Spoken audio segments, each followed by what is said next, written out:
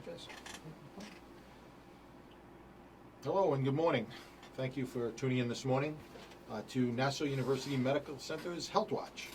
I'm Dr. Victor Politi. I'm the President and CEO of Nassau University Medical Center, also known as New Health, over here on Hempstead Turnpike, East Meadow. Just as healthcare in America is changing, New Health is part of that change. So this half-hour program today will provide you with some essential information about our services and our facilities, and that provide top quality care that fits into your lifestyle. You probably already know NUMC. You've passed it a million times on Hempstead Turnpike or see that big building. But you know us as a premier level 1 trauma center. With the state-of-the-art emergency department, the one that the police, the fire ambulances, the helicopters, God forbid there's a horrible trauma you come to, and we save lives daily. But we have so much more to offer the community, including a full-service state-of-the-art center of care here at the Nassau University Medical Center. We have the A. Holly Patterson Nursing Home, extended care facility, and numerous New Health family health centers. So our improvements are going on daily, and basically it's making us a leading provider of primary and tertiary care services here that rival the best in the country. And today we're very proud to have with us Dr. Peter Guiney. Peter Guiney is the chairman of our Family Practice program, residency and program here at Nassau University Medical Center and throughout our different family health centers throughout Long Island. And Dr. Guiney, thank you very much for being here. I appreciate you being here so early on a Saturday morning. Good morning. Good morning to you. And why don't you start by telling us a little bit about yourself, about your background. I'm a native Long Islander. I was born in Glen Cove, New York, and aside from a brief trip to college at Notre Dame in Indiana, I've spent my whole life here in Long Island.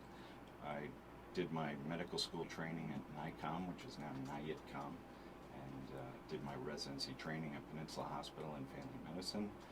Following that, I became a program director and started training residents and worked with the underserved pretty much my entire career, and that's my passion. That's a community that definitely needs our help, and it needs primary care, and now the rest of the world is on board with this. I just mentioned so many really important things, whether it's serving the underserved, your passions, going out into the community and really reaching to patients, and of course primary care and preventive care. So first, why don't we tell our listeners what family practice is? What does that encompass, and how does that fit into current day medicine? Well, I guess the closest thing that we could think of is the old-fashioned doctor that saw everybody. You saw kids, you saw grandma, you saw pregnant ladies, and no matter what walks into the office, we're prepared to take care of you and get to know you and your family. In reality, you could see a situation where you as the doctor care for 3-4 generations of the same family, watch them grow up over the years. So many times children fall in love with their pediatrician, but when they turn 18, 21, they have to move on and find adult medicine. So we sort of bypass that a little bit, and our goal is to maintain continuity, to have one doctor who takes care of you, that you always call for all of your problems, knows you, knows your family, knows your background, because so many things have to do with the situation at home. Take care of the whole patient. So you basically can deliver a baby. Not every day. But you could, and then follow them through childhood to college, and then wind up delivering their children's babies. Correct. And so it's great job satisfaction. It is. So when you talk about continuity of care, which is so important in medicine, you're it. You're the guy. So frontline. Yeah, fantastic. So now, so these are the doctors that are out there, the primary practice doctors, the family practice doctors, and you have locations throughout Nassau County that Nassau University Medical Center is affiliated with? Correct. That's the Long Island federally qualified health centers. I think we're up to 6 of them now, and we also have the new primary care center that's being developed at the NUMC site. But that provides a great outreach to the community. We're actually in the community. You don't have to come to a giant tertiary care center. You can walk right up to the Elmont Health Center or the Westbury Health Center or the Freeport Health Center. Walk right in and see your doctor. And what we're trying to do is make it easier for you to do that than to go to the emergency room when you run out of medications or when you're feeling like you have a cold. If it's easier for you to walk up the street and see your doctor that you know, who already has all your records, and you don't have to explain your entire life history to them, the hope is that and I think it's been proven that the outcomes are better. Right. So I mean, You mentioned the emergency department, and these are for routine cases, not for anything, chest pain or shortness of breath. These are for colds and flus, and they're normal Correct. things you'd see a private Correct. doctor about. And you as an emergency room doctor Sure. know that the emergency room is necessary for a car wreck or for somebody who's had an amputation, but you really don't want to be seeing somebody there coming in to renew their medications. And in the ER, a lot of time, the emergency room, in the emergency department, a lot of times we'll have those patients. And the reason they do come to the emergency department is because they don't have the access to a primary care doctor. And so Correct. they don't know where to go, and so they'll come to the emergency department. Well, here in these clinics, these primary care sites that we have out in the community, they could just walk in there and see the patient. So in real estate, they talk about location, location, location. For us in primary care, it's about availability. And as long as we're available with extended hours, with Saturdays, with weekends, coverage late to the evening, hopefully we make it easier for the patients to come and see us.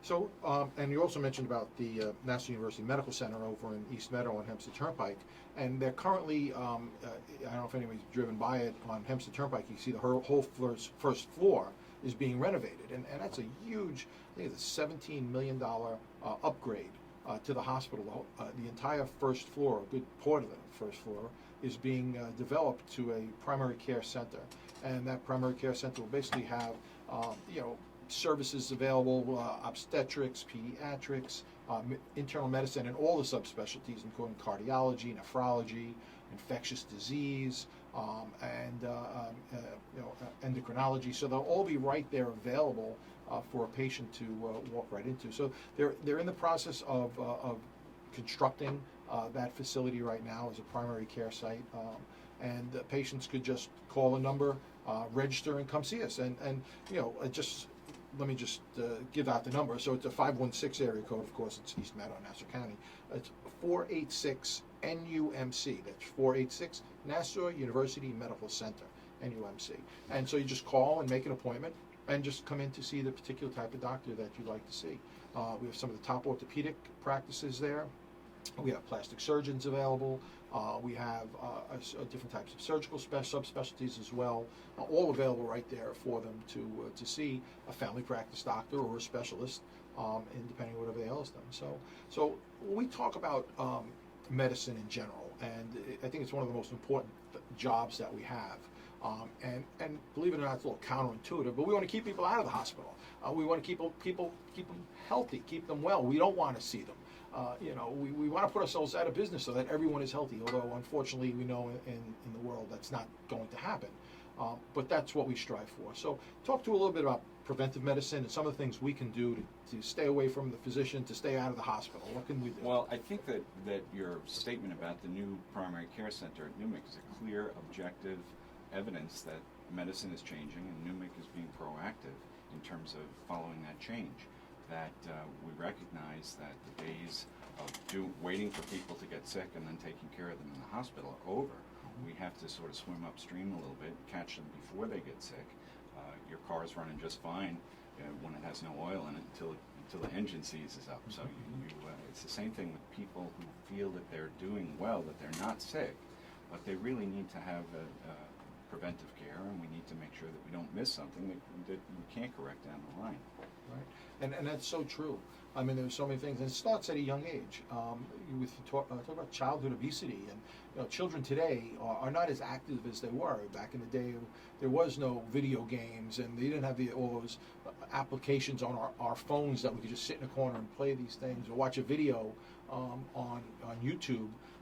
We went out and we ran around the block. So today kids are a lot more sedentary than they were. And what do we do? What's your feelings on it? And diet too. A lot of this has to do with cultural changes. If you order a medium-sized Sprite at a fast food store, it's a gigantic thing, and food servings are very big. So our culture has gotten into the habit of eating too much and not exercising enough. Part of the reason that healthcare really starts with primary care is this is what your physician, your primary care doctor, should be talking to you about. As you mentioned, childhood obesity, your growth curves when you're a child, and if you're off the line of where you should be, to make sure that we put the appropriate intervention to bring you back into the fold. Yeah, and it's true, and I think we see a lot of fast food. We see a lot of children eating a lot of fast food that really isn't the healthiest for them, and not sitting down and getting proper portions, and everything is larger than they should be. We may have had a soda when we were a child, it was an 8-ounce glass. Now a medium is 22 ounces, and a large is a quart. And so the whole proportion thing has changed, as well as the diets. We all live such active lifestyles today. Everybody's running from one place to the next, that sometimes the children don't have a real good chance to sit down, and they wind up eating a lot of fast food. And I think it's about education. It's also about economics, and when patients and families are educated to some of the other resources that are available, farmers markets, things like this, that they can get actually more better food for less money. I mean, we even see, cholesterol and atherosclerotic diseases beginning at young ages. So it's what we're doing as to our children, to give them healthier diets, and also to sort of get them used to eating in a healthy way, where this is not an option that might later on in life prevent strokes, prevent heart diseases, and prevent other types of problems that they might have. So, I mean, we need to get, the message out to the parents, to the children, be more active, make sure there's some, built-in playtime in every day, that the diets are better, that we watch for childhood obesity, and that's a problem right now. And we have resources for that. We have on site at our family health centers, we have nutrition counseling. If we screen for diabetes, if we screen for obesity, and get these things before they become a problem, we can actually shift the whole health of the population of Long Island and Nassau County, and at the end of the day, accomplish your goal of keeping people out of the hospital. Yeah, and primary prevention goes, much past that. I mean, whether you're, stopping smoking, or wearing your seatbelt, or speeding, all these types of things. So if you have someone, let's move a little older, in the teenage years, in the early 20s, the college years, I mean, children's greatest risks at that time are themselves, whether it's drinking, drugs, driving too fast, not using their seatbelt, other types of practices that they have, texting while driving. I mean, we never had texting while driving, but now, you see, it's very common. You can't drive down the street without someone driving and texting, or driving and talking on the phone today. True. So much of this is related to not just taking care of a patient's blood, but taking care of all the aspects. If a child isn't doing well in school, this is part of the concept of the patient-centered medical home, where we're really bringing the medicine to the patient, as opposed to the patient coming to the hospital sick. That's why we call them family health centers. We want to keep people healthy. We're even starting to do some home visits, and trying to track patients when they're admitted from one of our facilities into the hospital, and making sure that they get back to our facility, so that we can keep that continuity going. Yeah, and speaking of continuity, that's one of the benefits of going to a place like Nassau University Medical Center, where when you do see a physician who's there, and you do need something, a follow-up or a specialist, they're there.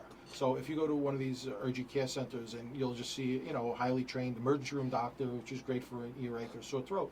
But if there's something more that's going on, when you come to the hospital, Those resources are available. we have them. You have a pediatric issue, we have a pediatrician. You have an orthopedic issue, there's an orthopedist there. An endocrinologist are right there to jump in and take care of that patient's needs. But we start with primary care. Yes. And then refer to those resources, which is great. You don't walk in to see the endocrinologist because you have a tummy ache. Yeah, I would think so. But there's so many other things. So we talk about smoking, and really how hazardous that really is. Yeah, you still see young men and young women smoking cigarettes today, and the plethora of literature that's out there associating cigarette smoking with all these various diseases, and yet we can't seem to get through to children. In our family health centers, we screen all our patients for various issues: depression, smoking, domestic violence, all in an effort to identify these problems early on. So yeah, and again, we're talking about college ages, and going upwards through your patient's life, and drinking, binge drinking, alcohol. They don't realize that the dangers that are involved with not just the damage you can do to your body and to your brain and the long-term damage, but the drinking while driving, the DWIs. I mean, there's just not a day you don't open up the newspaper or hear about some horrible accident. Some child, a young child, being killed in a car accident from alcohol. And it's just something that always gets to my heart as an emergency room doctor, because I'm in that ER, and I see that child being brought in and pronouncing them dead, and then I have to tell the family, and then the mother comes in and the father, and it's just so heartbreaking, and you'll never get used to this, ever. Well, alcohol and substance abuse is really falling into the primary care realm now, and we're ready to address that. Yeah, and that's a big thing now, substance abuse with heroin, and you know what's going on with the opioids today, and how this is becoming such a major problem in particularly in our community. Front page of Newsday on a regular basis. Yeah, how these, you know, they're getting their hands on medication, and you know we need to go through our medicine cabinet. Grandma and Grandpa need to see it, and if they have medication in there, these opioids or whatever, maybe Vicodins, Percocets, Oxys, Roxys, they need to get them out of there because young people might get their hands on it, and once they start, and it's been shown that you know they start with those pills Mixed with alcohol. and they'll mix it with alcohol, and eventually then those pills run out, and they're very, very expensive to buy on the street, and so what do? They go and find heroin. So now we have heroin. Heroin is so much more potent today than it was back in the 60s and 70s, where back then maybe it was 10%, now it's 40, 50, 70% potent, that the kids today don't even have to inject it. They could snort it, they could smoke it, and they're getting hooked on this heroin. And eventually they thrive that high, and they're going to start injecting it. And they don't know what they're getting. Just like we remember back in the 60s and 70s, they didn't have overdoses. One day it's this purity, next day it's that purity, and they overdose and they die. And it's another horrible scourge that we see here in Long Island. And I can't even begin to tell you the amount of young, patients we're seeing in that hospital from heroin. So you're out there. You're the primary care doc. We got to get to these kids. We got to get to these families. I mean, and help the people who are already in trouble and Yeah. make the appropriate referrals. But it is definitely a primary care issue, and I don't think 10 years ago people thought that it was. yeah, affecting us right here and now. All right, Dr. Guiney, thank you. So I understand there's also other services that we have out in the FQHCs, the primary care centers. Dentistry, for example. What's happening with our dental services? Well, we are expanding the dental services at our site in Elmont. They're expanding that entire suite, and that's just following a revision, and it's partly due to demand. We see so many patients with dental issues, and to have the dentist right on site, immediately available to them, makes it much easier. We're bringing down the barrier for that. That's great. And so the 5 sites right now are Westbury, Roosevelt, Freeport, Elmont, and where's the 5th one?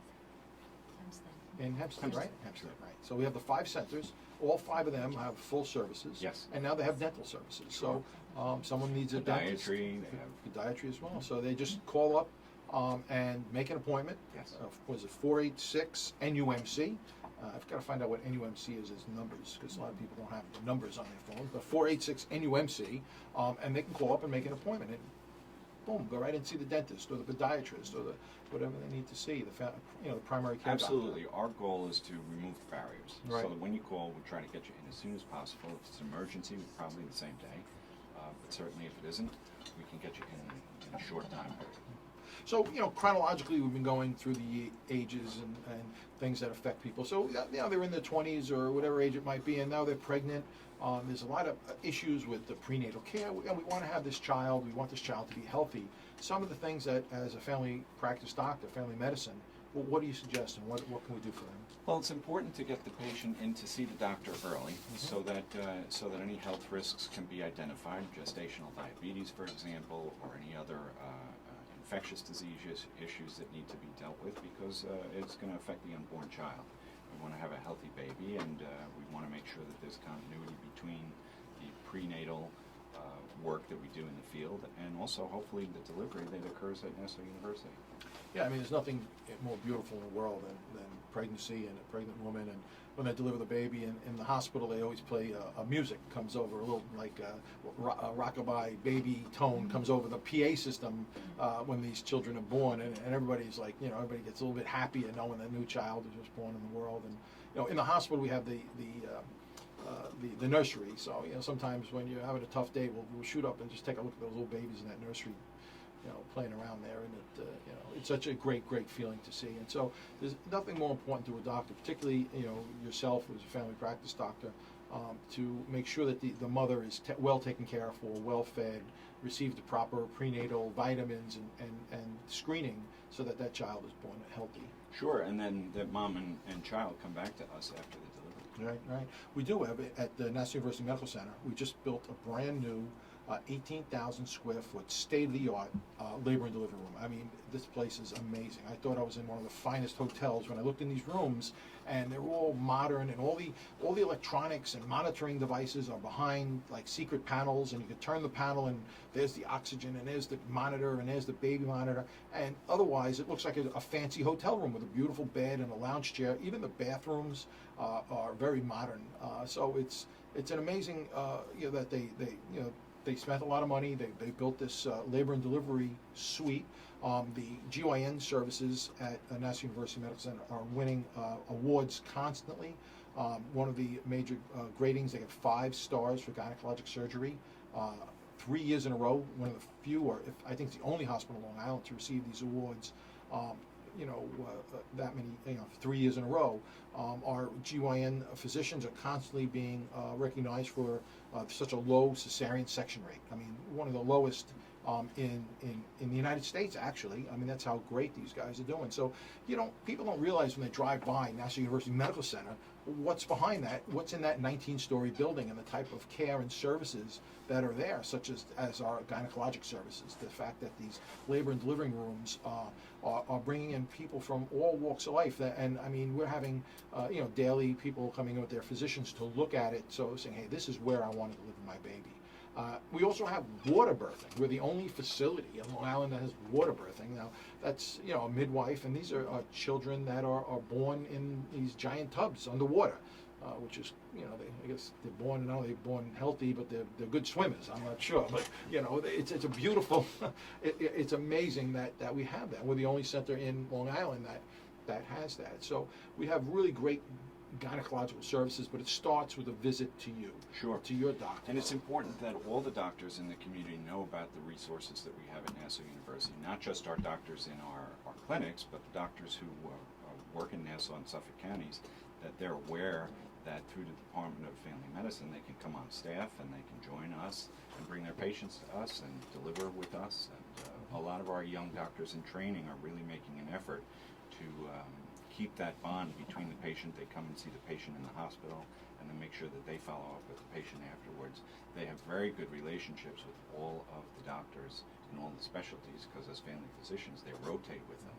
So they have a very strong relationship with the cardiologist, with the GI department, with GYN. It's fabulous. Yeah, and since we're chronologically going through your patients' lives and we talk about this, let's talk about some of the things you just mentioned, as far as cardiology and endocrinology. What can we do to stay away from the hospital, stay away from becoming ill? Are there some of the cardiology points that you could mention? Well, as we've talked so many times about diet and exercise being the starting point, sometimes these complicated problems have very simple solutions, and if we did what Grandma told us, we wouldn't be in the situation that we get into. But that being said, it does happen, and it's important for us as the primary care docs to identify risk factors so that we can solve the problem before it becomes an issue that could eventually be debilitating or fatal. And one of the wonderful links that we have in cardiology, for example, is that when we have a patient in our family health center that has a problem, an abnormal EKG or something, these guys are 100% available to us to review an EKG and say, you better send them over to the hospital right now, or it can wait 24 hours, or it's not a problem. And that helps us to avoid unnecessary admissions into the hospital, where somebody else would just call an ambulance and go straight to the ER. So if they come to you and you could do some screening tests, Sure. if there's something that you find out on your routine Could screening, be something totally different. and you send them right in. But some of the other things that we need to look at: smoking, diet, high cholesterol, high blood pressure. These are the things that will cause a heart attack. So Absolutely. I need my blood pressure to be controlled. I need my sugar, my diabetes to be under control. I need my cholesterol to be under control. But hey, I'm a healthy, 50-something-1-year-old guy. You think you are. Yeah, I'm working my butt off every day, and I feel great. But really, underneath that, I'm running at 180 over 120, and my sugar's at 240, and I'm falling apart inside. But I don't exert any. I don't show any of those. The only way you symptoms. find that out is by going to see your doctor. Right. And then we pick it up through our screening and through regular blood tests and through blood pressure screening and the other screenings that we spoke about with obesity and alcohol and depression. All of those are But usually. what are you going to do for me? My blood pressure's high. Whether you're going to treat it, can you change my outcome? Sure, through education and through intervention. It depends probably how bad the problem is. Mhm. Sometimes we have to put somebody in the hospital that day when we see them. Sometimes it's just a question of making a avoidance of certain foods or salt, and we can prevent a whole bunch of problems from coming. So if I come in and have a high blood pressure or my glucose is very high, you'll put me on some medication. You'll give me an antihypertensive possible, medication. very possible. Bring that under control. Sure. So now my blood pressure's 120/80. My glucose is 96. And you're going to say you don't want to come back to the doctor for a year. Yeah, but you've got me on target. You've given me the proper medication. That'll prevent or help prevent That's why some we of call these it health maintenance. Right, some of these Absolutely. horrible outcomes. So maybe prevent a heart attack or prevent a stroke. No question. And that, I think, is the business that we're in right now. We're in that business to get these patients, get them young, Before they have to go to the hospital. before they have to go to the hospital. Correct the blood pressure, correct their diabetes, correct some of their cardiac risk factors. And these are mostly easy fixes. Yeah, and if we could do that and keep people in the range that they're supposed to be, we can definitely keep them out of the hospital, or at least try to keep them out of the hospital. Because I mean, listen, the genetics, the stresses, some issues that even us as physicians, we can't influence, we can't change in our patients' lives. They still have to go to work, and they still have to do the things they have to do. But we can change some of the risk factors that we can get our hands around. No question. And maybe educate patients so they do exercise, that they do change their diet, they stop smoking, or limit the alcohol, or limit or stop drinking. But it's teamwork. It's teamwork between the physician and the patient. We Yes. work together to keep you healthy. Right. And that's really what I love to do. As a physician, that's the greatest thing, is when you get the patients and you're able to treat them and prevent them from getting, a heart attack or having an heart attack or something along those lines. Nothing better. Yeah, but unfortunately, patients do. They have heart attacks and they have strokes. And then we go into a secondary prevention where we want to prevent, if you had a heart attack, we certainly want to prevent you from having a second heart attack or a second stroke or a hypo or hyperglycemic, a high or low blood sugar type of response. And prevent you from winding up back in the hospital a week later. Right. And that's where the family health centers come in, and that's where primary care doctors come in. The old-fashioned doctors, we're out there. Come see us, walk in the door, check your blood pressure. At least, what do you say, twice a year, once a year? How often should Depends it? on the patient, but Mhm. certainly you need to come in as you advance in age and you develop comorbidities to be seen on a regular basis, Yeah. quarterly.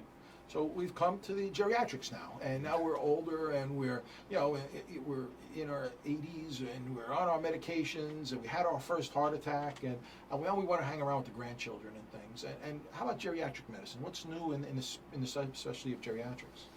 One of the areas that we've been working very closely with A. Holly Patterson and with Dr. Larry Diamond is addressing the geriatric population and the unique needs of that population. Many of these people are on way too many medications, and sometimes when they come in and they're not feeling too well or they're tired, and we wind up cutting half or 3/4 of the medications and then jump up off the table and say, wow, it's a miracle, I feel 10 years younger. So part of it is addressing the unique needs of the geriatric population, which we're training our docs to do, and to make sure that they are functional and happy and are able to play with their grandchildren, not sitting in a wheelchair with oxygen. Right. So, and this is directed to, the moms and dads and the grandma and grandpas, get them down to the family health centers, Absolutely. have them seen by a doctor. Let's review all their medications. Sometimes you may need a second look, an outside pair of eyes from a different physician to take a look at what's going on, to review all the care that you're receiving so that you can basically live many, many more years, see the kids graduate But from even college. more so that you need that primary care doctor watching over you and making sure that everything is in line. I tell you, it's amazing what I picked up here today. So, Nassau University Medical Center, just so you guys know, the phone number, 516 is the area code, 486 NUMC.